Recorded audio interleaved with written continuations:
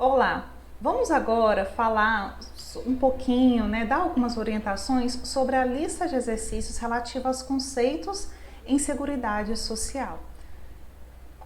Primeiro, orientações básicas, fazer à mão, a tinta, assinar em cada uma das páginas por extenso, escanear, fotografar e então enviar pelo CGA em um único arquivo, certo?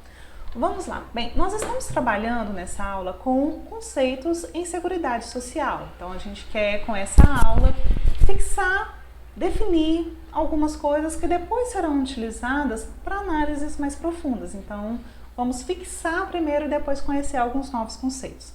Primeiro, defina segurado, beneficiário, salário de contribuição, salário de benefício, benefícios programados, benefícios não programados, que são conceitos que já foram, inclusive, vistos na aula. Mas aqui é importante que vocês escrevam da forma como vocês compreendem e fixem esse conteúdo, porque são termos que a gente vai utilizar corriqueiramente, certo? Depois, vocês vão pegar a Instrução Normativa número 77 de 2015, que é a que está em vigor atualmente, e a partir dessa Instrução Normativa, tirar algumas definições muito relacionadas aos segurados do regime geral, certo? Por exemplo, quem são os segurados obrigatórios da Previdência Social? Tem um artigo nessa instrução normativa que está dizendo sobre isso bem claramente, bem especificamente. Então, vocês vão definir a partir desse artigo. Seria interessante aqui se vocês identificassem em cada resposta qual é o artigo e copiassem o artigo ou a parte do artigo que fala, que responde aquela pergunta que a gente está colocando, certo? É importante isso porque vocês vão tendo familiaridade com a linguagem jurídica, vão ganhando assim mais intimidade com a instrução normativa, o que é importante, além de uma melhor compreensão daquilo que está sendo colocado. Anotem as dúvidas, aquilo que pode ser discutido depois, a gente vai discutir na nossa próxima aula síncrona, certo? Mas então, primeiro, quem são os segurados obrigatórios? E depois, quem são os segurados facultativos? Existe diferença entre esses dois? Quem pode estar em uma categoria ou em outra categoria? Isso é importante. E quem são os segurados especiais? Opa, é importante aqui pensar também. Os especiais são obrigatórios? São facultativos? Que categoria é essa? E quem são os trabalhadores que poderiam se enquadrar nessa categoria de segurados? Em seguida, quais são as condições em que se mantém a qualidade de segurado mesmo sem a realização de contribuição?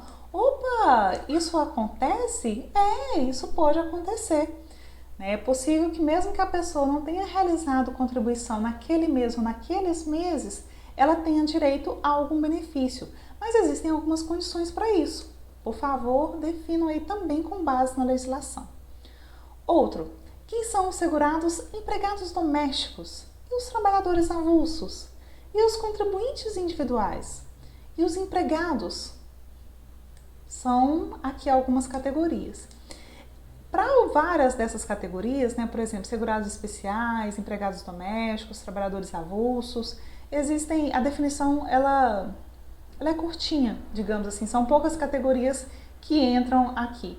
Mas aqui, para contribuintes individuais e empregados, são muitas as categorias, então pedi apenas que vocês deem 3 exemplos, certo? E por fim, quem pode ser considerado dependente do segurado?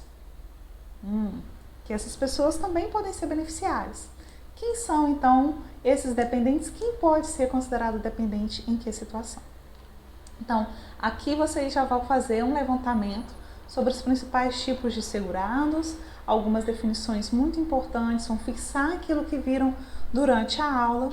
Tenham, então, um bom trabalho e a gente vai conversando a respeito de mais algumas dessas definições na nossa próxima aula. Um abraço!